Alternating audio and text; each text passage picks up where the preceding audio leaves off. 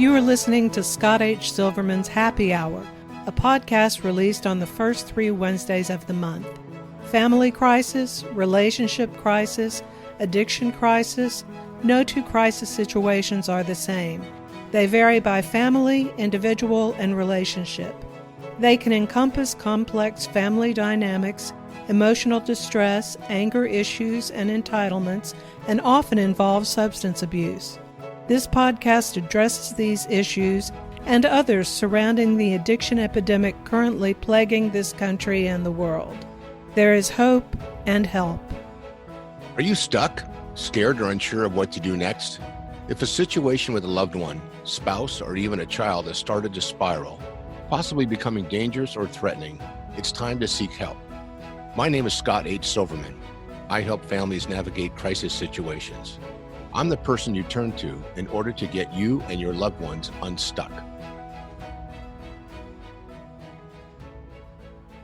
Welcome back to the show. This is Scott H. Silverman's Happy Hour, and I'm Michael Glenn Moore, Scott's co-host. Scott, it's another cold Saturday morning for me here, and I'm just loving it, except I've got holes in my roof still, not my roof, but in my ceilings, so I can't use the heater because all my hot air goes up through to the attic.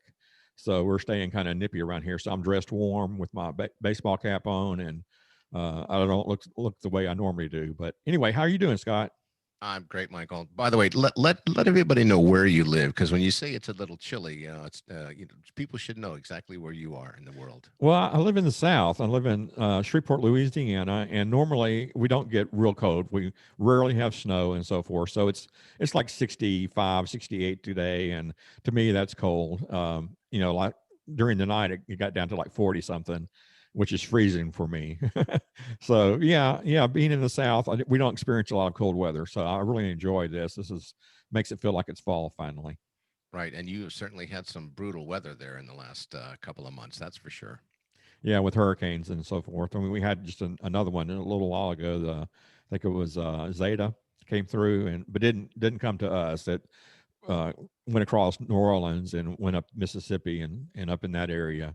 So we didn't get any fallout from that here. But for Laura, we got hit. That's what I have holes in my ceiling because of Laura. Yeah. So I'll always remember Laura. Well, I'm glad you're safe now, and the weather's at least not doing anything except making you feel better. Well, everyone, thank you very much for tuning in today. This is Scott H. Silverman's Happy Hour. We call it Happy Hour because it's only 30 minutes, and that'll confuse some of you as you start to figure that all out. Each week, we try to bring in someone special who not only touches others' lives, but who inspires, motivates, and creates some excitement around the path to change, transformation, and hopefully good times and happy and joyous free times as well.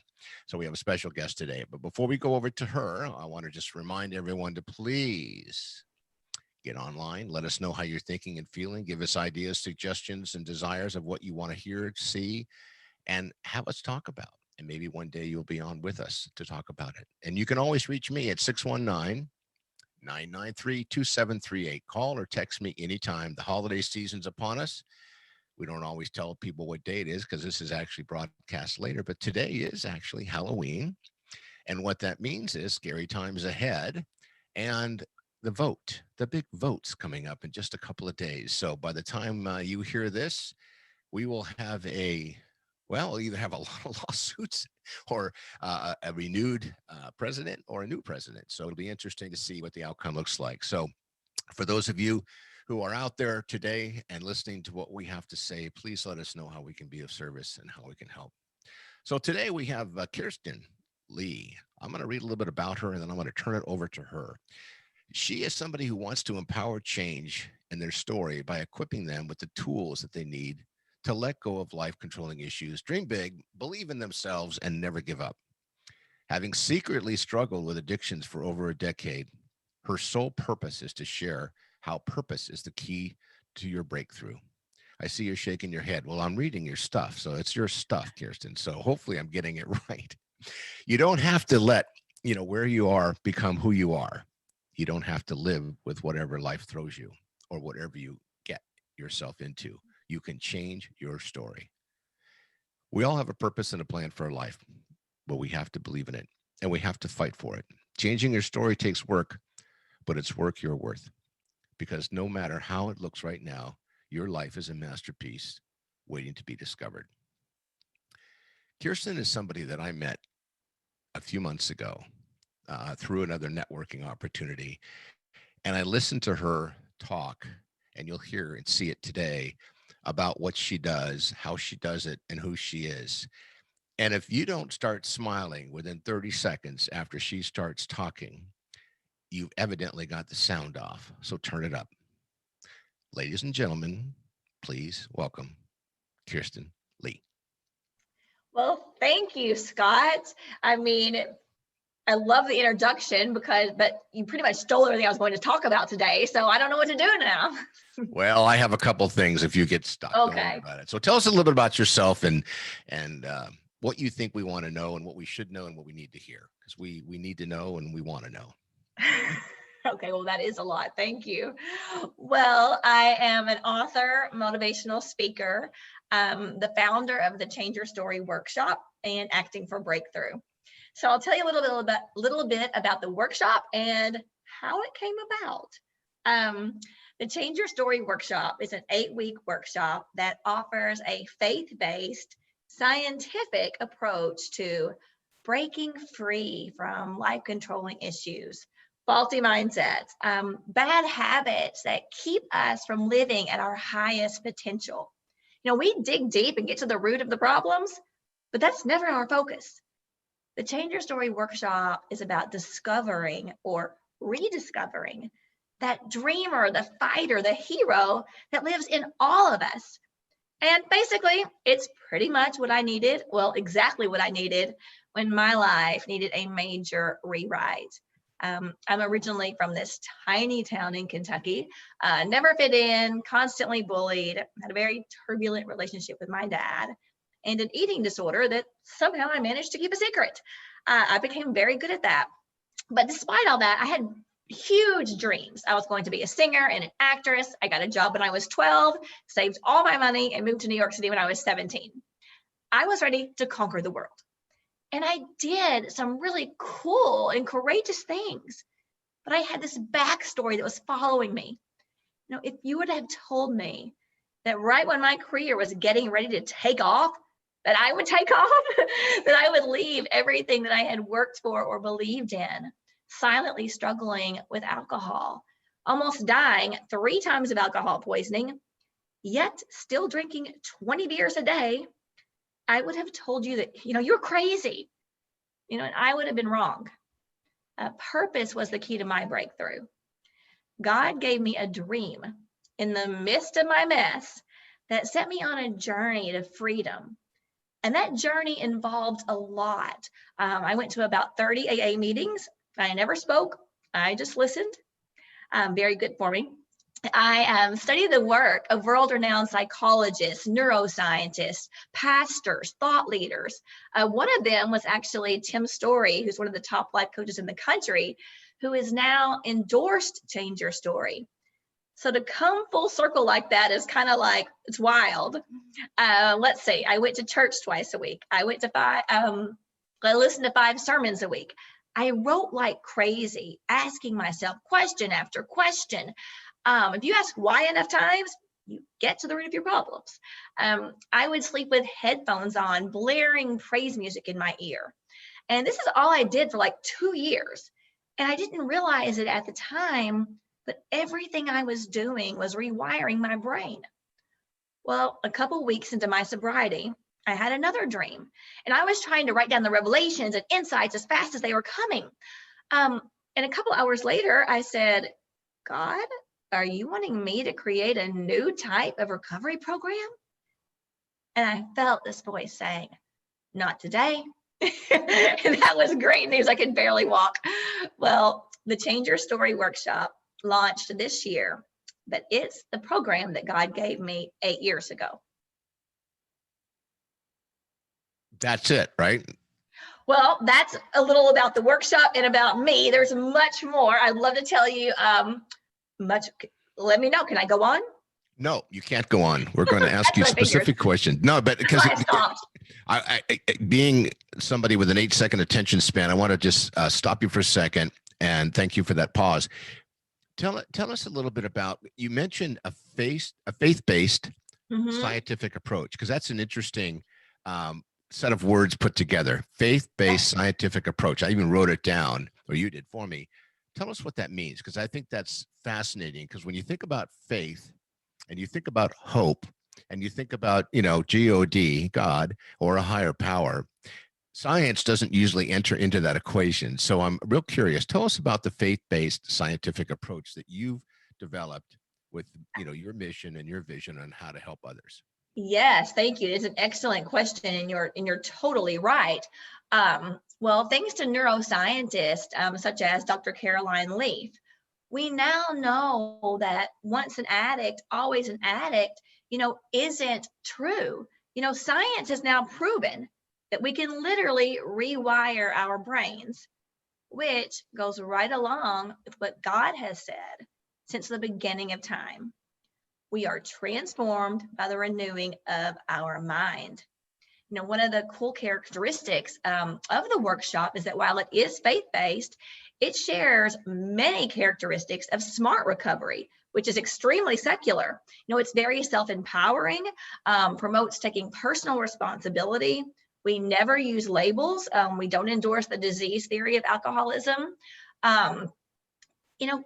Changing our story, it isn't about living life in a recovery mode. The workshop frees you to be you. Not the you life is molded, but the you God created. So God sets us free, but we have to do the work of renewing our mind. And that is where the science comes in. It takes a lot of work. We have a workbook. We dive into that cognitive dissonance, the role that our backstory plays in our current story until we deal with it. Understanding unwanted cravings, the psychology behind the desires. We cover the process of forgiveness. That is such a big thing. The power of speaking life into your life, and the role that spiritual warfare plays in change. That's something I've never heard of a recovery center doing, and it's big. I mean, you can call it faith, and there's a being that well, let me go back. Whether you call it faith or fear, good and evil, the positive and negative forces of the universe, God and the devil, you can call it whatever you want. But there is a being that I know as God that has the power to empower us to break free from every stronghold. On the flip side, there is one that works very hard at making us believe there is no way out. And I tell people this is nothing to be scared of, but it's something to be aware of. It gives you the vision to keep believing in yourself and your breakthrough when everything that you thought was going to get so much better and change when you got sober, well, it kind of feels like sometimes things are falling apart. So having this basic understanding of the role spiritual warfare plays in change is a game changer. Now, another unique aspect that we cover is that I used everything I learned in acting school to break free from a decade of addictions. So in week 7, I teach clients how applying basic acting techniques and elements of story structure to their life empowers them to let go of the role of villain and victim they've been playing and become the hero of their own story. And then we have how purpose is the key to breakthrough. Now, there are a million books, about finding your purpose, but the truth is, it's inside us. We all have a purpose. It's bigger than us. It is never just about us. It's the reason we were created. It's the reason why we've survived everything we have. And that's why it's the key to breakthrough. So that combination of faith with science, that truly changes your story. I love that phrase, spiritual warfare. You know, I hear people, you know, a lot coming into the program or attempting to come into the program or being, you know, considering what program they need or want. And I use the word program because it tends to have more of a curriculum or structure to it in the traditional world. But, you know, look, it's a $40 billion industry, 40 billion. And we still continue to experience a 95% failure rate after 28 days in an inpatient program, which means the detox, the medical side of it, the clinical side of it, clearly is there's science behind it to deal with that part of the addiction, but the physical addiction or the allergy, if you will. But then the spiritual side, the recovery side is so interesting at that, you know, most people just don't get it initially, which is fascinating. And we continue after decades. And that's why, you know, at Confidential Recovery, we believe that one size does not fit all.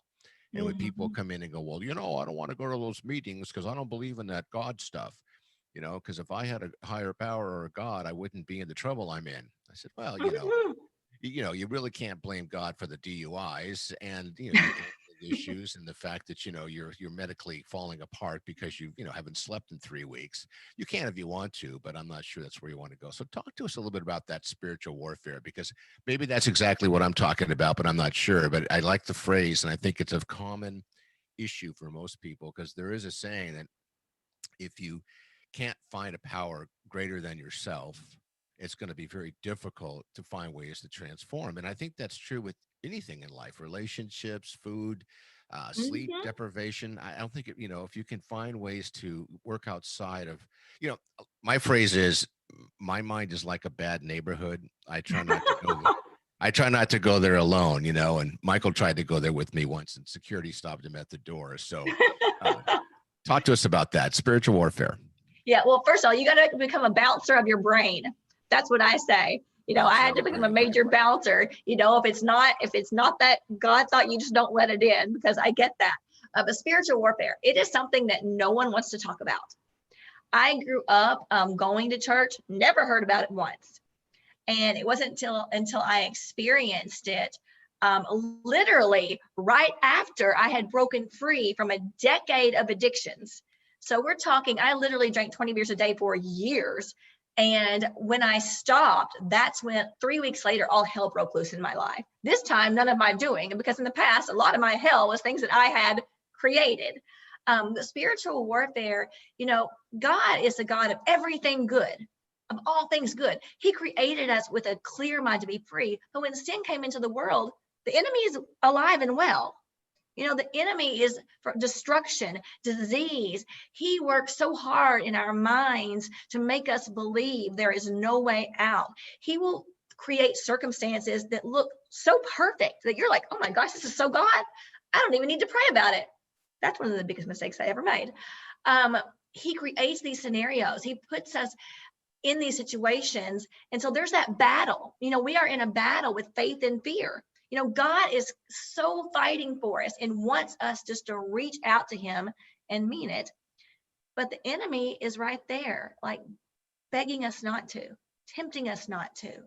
And there's generations, there's called generational strongholds. That's why it may be easy for one person to become addicted, that their family was addicted. You know, it's run in the family. So it's generational strongholds. And yes, God delivered me. And that means that it was just, I felt, even with the eating disorder, because that's the cool thing about the Change Your Story workshop, and it's probably with your program as well. The same tools that work for alcohol will work for eating, will work for, you know, your busyness is addiction all dressed up. The same tools, you have to understand that why, you have to give it to God. But now I forgot what I was talking about. But anyway, there is just that battle going on. Okay, so yeah, God delivered me, but I had to learn to walk in that freedom. You know, I had fought with that eating disorder all my teenage years secretly, and it was just literally killing me. But I had never thought of it as a sin. I just thought of this bad thing that wouldn't leave me alone, you know, making me do things I didn't want almost. And one day I just I just cried out to God like never before. And I felt this wind sweep in the room and then sweep out. And I was just like, I had no idea what deliverance meant. No, I had never heard of spiritual warfare, but I knew it was gone. Something had changed. But because I didn't understand the why of all my actions and why I was doing what I was doing, even though I never had that compulsion again, I still was up and down depending on my emotions or my feelings and everything. So I had to learn to walk in that freedom. And that's why you need faith and science. And with alcohol, I had begged God, I had pleaded, I had cried. And a lot of times I wanted things to change, but really what I wanted was me to be able to get away with what I wanted to do and I have results, you know, there's a big difference in that. But that last day, I did something I had never done before that the Bible actually tells us to do. I started telling the devil to go back to hell where he belonged. And I was literally, because God had showed me all of these things that he was going to do with me if I stopped doing what I was doing and trusted him. And what he had given me, my first book, I was just on, and then I went back. And I felt the enemy, and I was in there, my bed, lying, almost dying for the third time, thinking, why can't I do it? I don't deserve this. I don't deserve to live. And this little tiny voice inside me, I mean, tiny, said, I deserve it.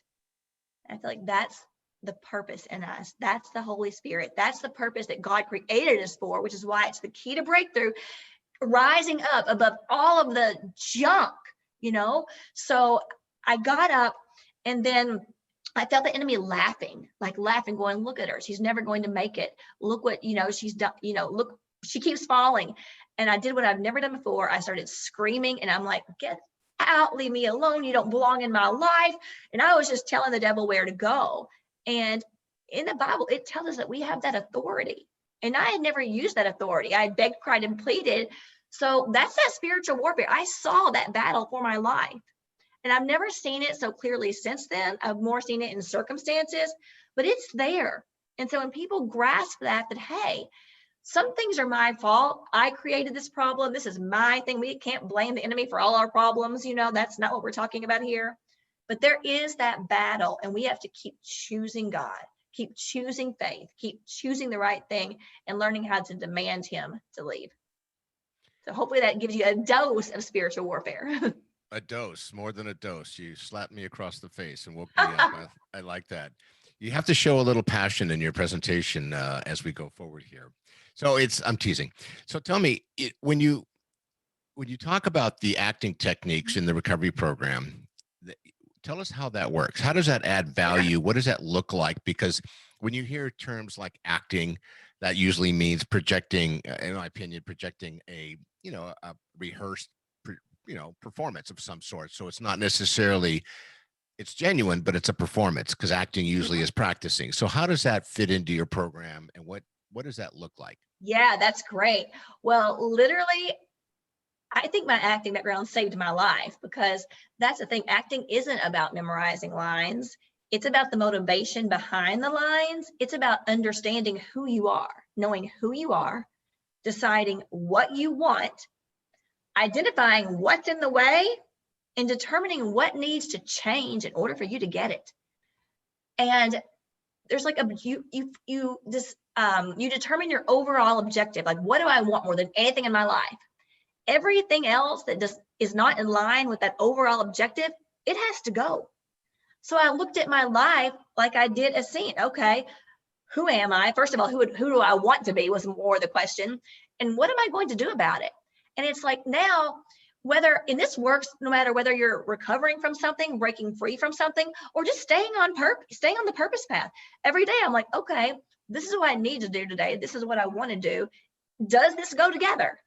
And if not, you start making decisions out of objectives versus feelings and emotions, which is huge. So in the Change Your Story workshop during week 7, I teach them a very simple formula that, when applied to your life, enables you to make changes that stick.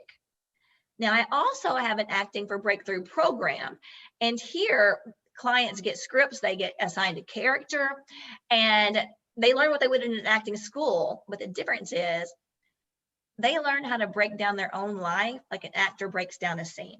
So this puts you a little out of the situation, but you learn how to you learn how to break down characters, and therefore you start doing it for your own life as well. So that is really popular for creative types or people who are wanting to explore the creative side. That's acting for breakthrough. But in the Change Your Story workshop, we just touch on the basic acting techniques and elements of story structure that really allow them to see where they're playing the villain in their life. They're playing that the villain even, and how to become that hero of their own story. So you're actually coaching them, facilitating and role playing with them. Is that correct? Am I understanding that correctly? Yeah, and they learn how to, so they use their own life, like they're the main character. So almost like, okay, so you're the main character, Scott. What is your circumstance? Okay.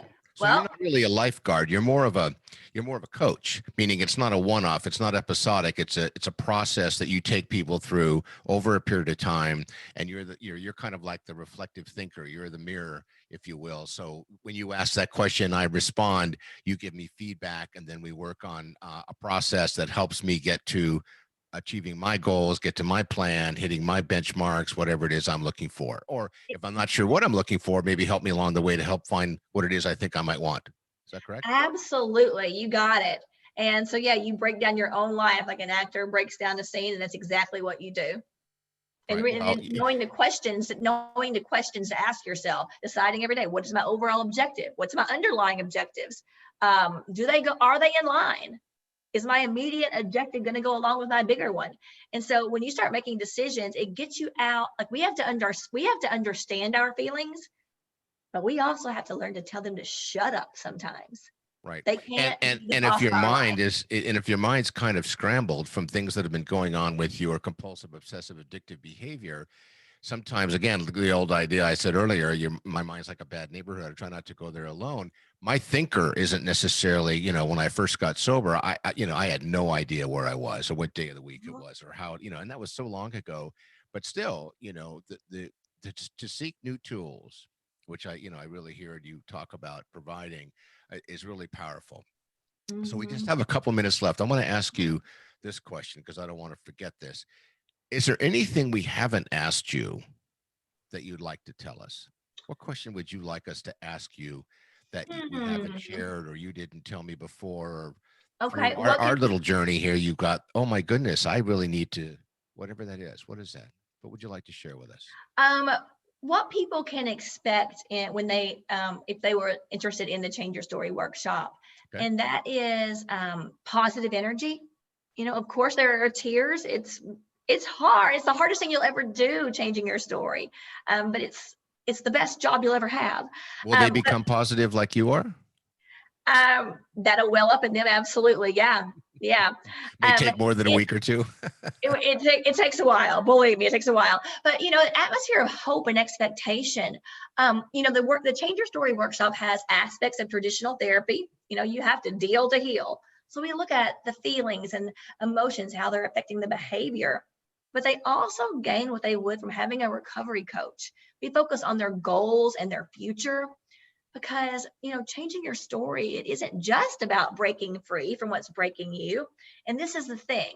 I think that there's so many things are missing. It's about uncovering all of the potential and the promises that have been suffocating by that addiction or bad habit. Addictions aren't permanent, but they are a distraction to our destiny.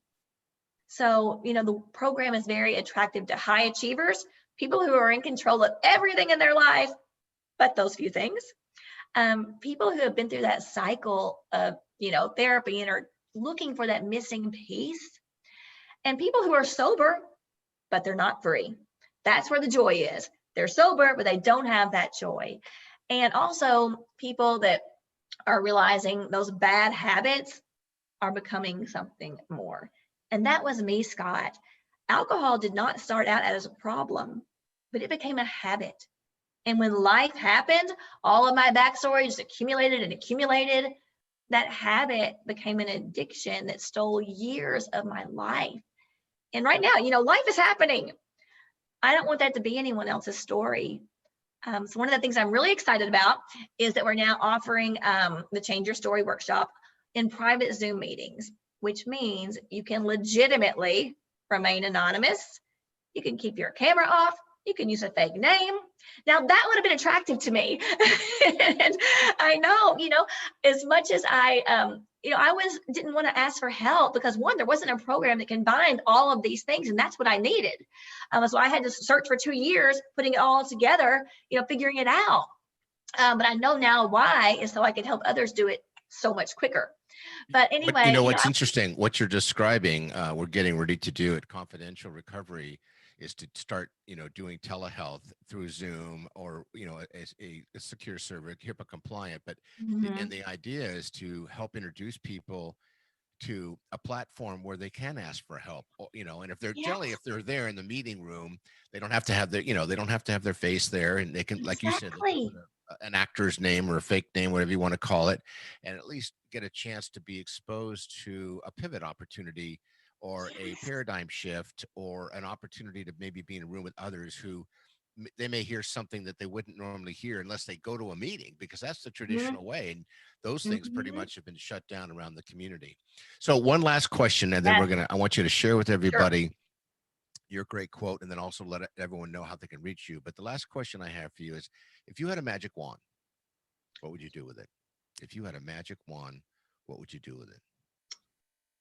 I would sap it so everyone could see themselves as God sees them, as the hero that he created them to be, as a fighter, as a person with so much substance, to see themselves well. That's what I would do. Not see maybe the person they've become or all the bad things they've done, but who they were created to be and who they still can be, because it is never too late to get your life on track. And that is a lie the enemy will tell you, that it's too late, you're too far gone. I listened to those lies for so long that now I recognize the voice. So I would let people see them the way they truly are. Great. I'm going to turn it back to Michael, because he usually has the most exciting question that we ever have for a half hour. So Michael, what's on your mind? Thank you, Scott. Thank you. You're not going anywhere yet. Okay. Kirstin, you did a fantastic job. What I want to ask you, number one, is your workshops, are they available online, or is that something that's only in person? Absolutely, online as well. Okay, and where can people find that? KirstinLeigh.com. So KirstinLeigh.com. Or I'm sorry, they can find that there. The ChangeYourStoryWorkshop.com as well. The ChangeYourStoryWorkshop.com. Okay, now how about your books? I don't think you mentioned the titles and all that. So let's talk about. Oh, thank you for asking. Well, opposite of the Change Your Story type things, I have a book called Believe. It is middle grade fiction. And hopefully they can, kids can read this book, young girls can, and they'll never have to read the other ones. But I also have the Change Your Story. And then I have the Change Your Story workbook. And the workbook is geared to go with the workshop. So, and they're all on sale on Amazon and on my sites and everywhere books are sold, actually. Cool. Okay. So why don't you go ahead and give us our quote and we'll say goodnight. Okay. Whoever's listening out there, your life is a masterpiece just waiting to be discovered.